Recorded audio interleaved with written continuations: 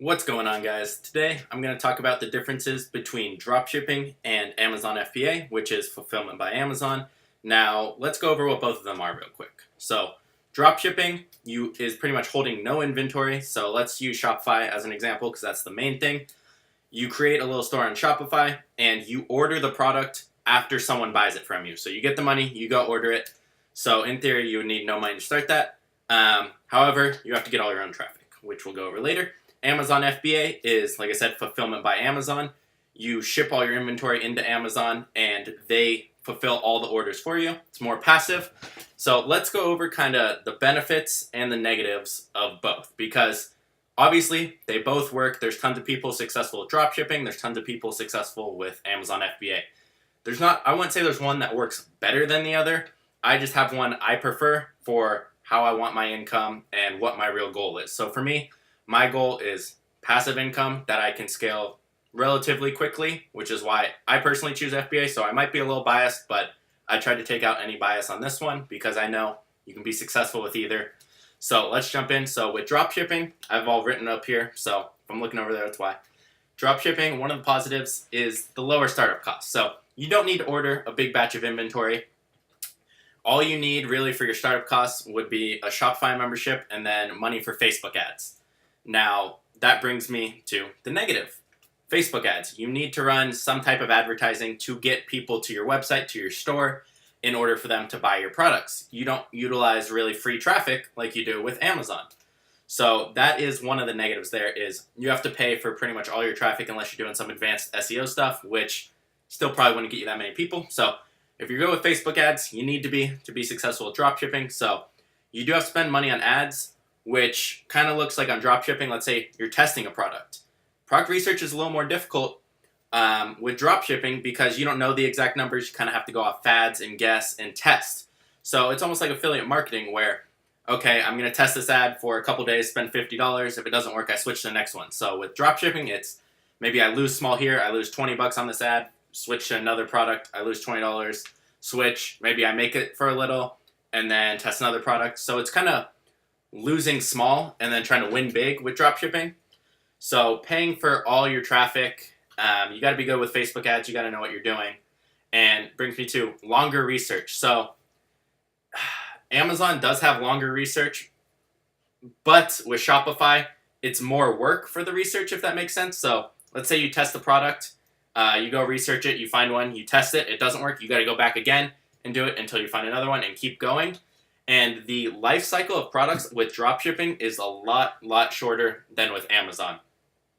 So with dropshipping, a lot of these items are kind of fads or very niche specific, so your markets might not be as big, but some of them can last longer. I don't want to say they're all short, but a lot of them are fad type things, fidget spinners and whatnot.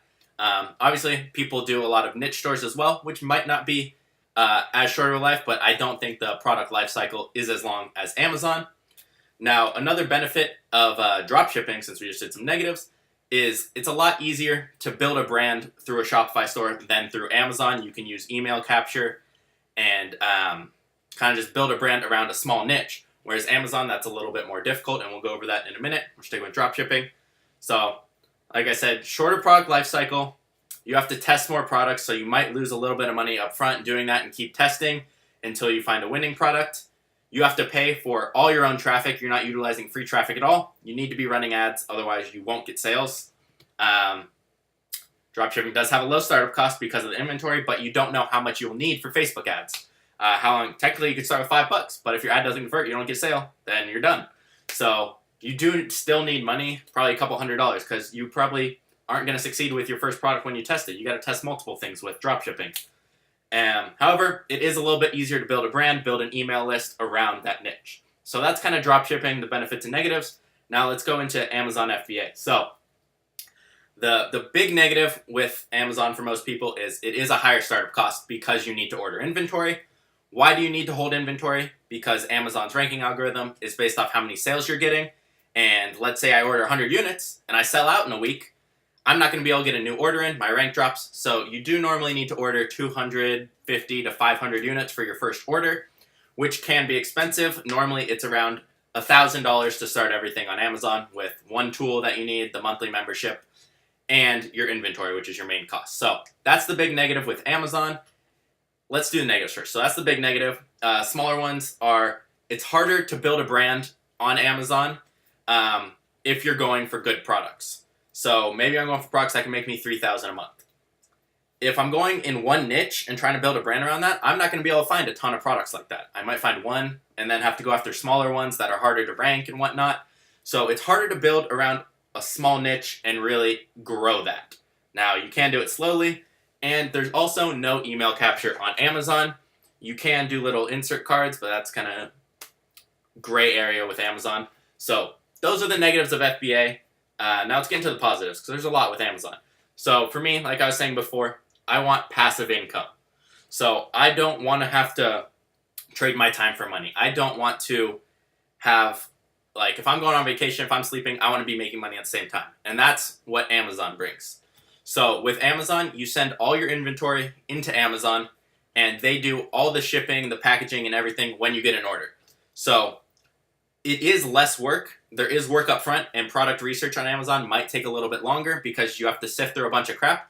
But with the tools that are available on Amazon, you can see product numbers, so monthly sales, the sales trends over current months, what their prices, what their fees are. You can get so much information from that you can't really with dropshipping, or you can and I don't know, but I don't think you can get as much data through dropshipping like that. So we have a lot more research up front, so it's almost, you're risking more money, but it's a lower risk because you don't have to go test small things, kind of guesswork.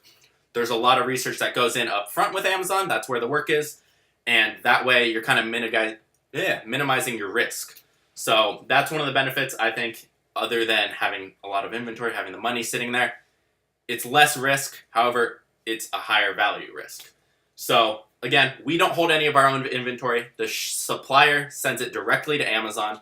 We never touch it. Amazon fulfills all our orders. So after we get up and running, the only time we're spending on Amazon working is telling our supplier, hey, I need more inventory. That's the only work. Amazon packages it, ships it, does customer service and everything. Now, there is a fee again, and Amazon does take 15% of your sale price too, so that can be a negative. However, you get to utilize millions, hundreds of millions of people who come to Amazon and search for certain products. That is worth way more than 15% of your sale price. You can't compare one of the biggest marketplaces in the world and using their free traffic if you know how to kind of, I don't want to say trick the system, but use their ranking algorithm and kind of manipulate it, not in like a sketchy way, but know how to manipulate, try and get yourself ranked here, what I should look for. You don't have to pay for ads. You don't have to do ads. However, ads can help, and Amazon does offer ads on their own website, which I think convert better than Facebook ads, unless you're amazing with them. I know some people are. However, so that's one of the benefits, again, is you don't have to have ads. You get to utilize all this free traffic. It's less work. You don't have to do any really customer service.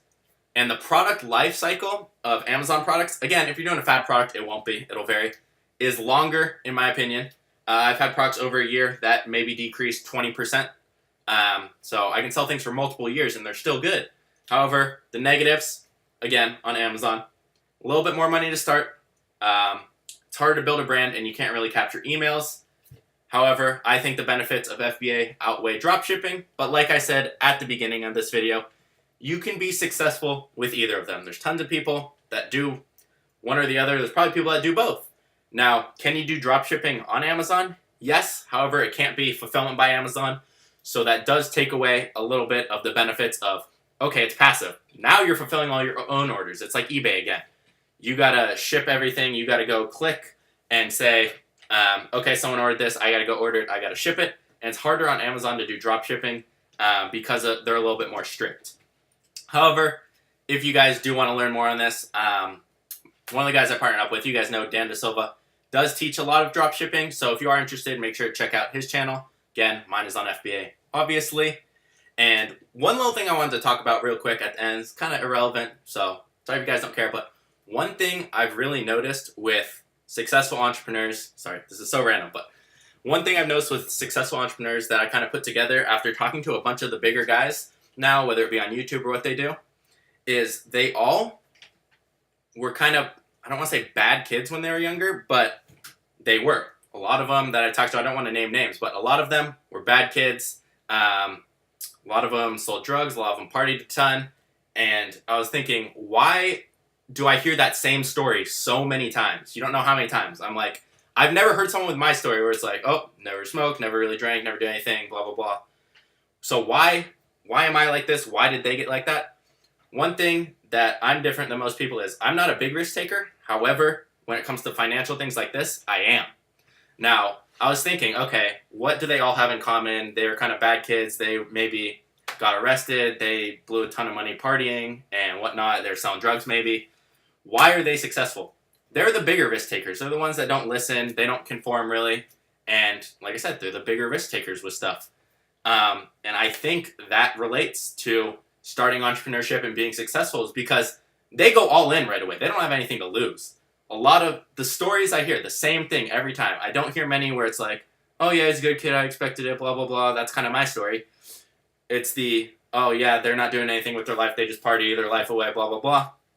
And then they take this risk. And there's so many people like that. And I think it's just taking the risk and doing it, which so many people who could succeed, who are kind of like me, don't ever take that risk because they're scared. Because they, I don't want to say conform, but they don't go outside the box. They don't take that risk, where financially, I was always willing to take that risk. However, in other aspects, I'm not like that. Because the stories I've heard of, oh, I used to sell drugs, and then once I started making money, I spent a ton on bottles at the club, and then blah, blah. They're big risk takers, and that's probably part of the reason you hear so many people like make money and then lose a ton. Is because the ones that did, they were the big risk takers. They were like that before. But I know it's really random, but it was on my mind, and I want to share it with you guys and see what you guys think. I think it's the risk-taking aspect. Now, obviously, calculated risk, know what you're doing, but going all in something and not just stopping after a month. Oh, I lost $50. I'm going to stop this. So I hope that makes sense to you guys. I hope the dropshipping FBA helped because I get that question a lot. And if you guys are new, please subscribe, hit that like button, and I will see you guys tomorrow.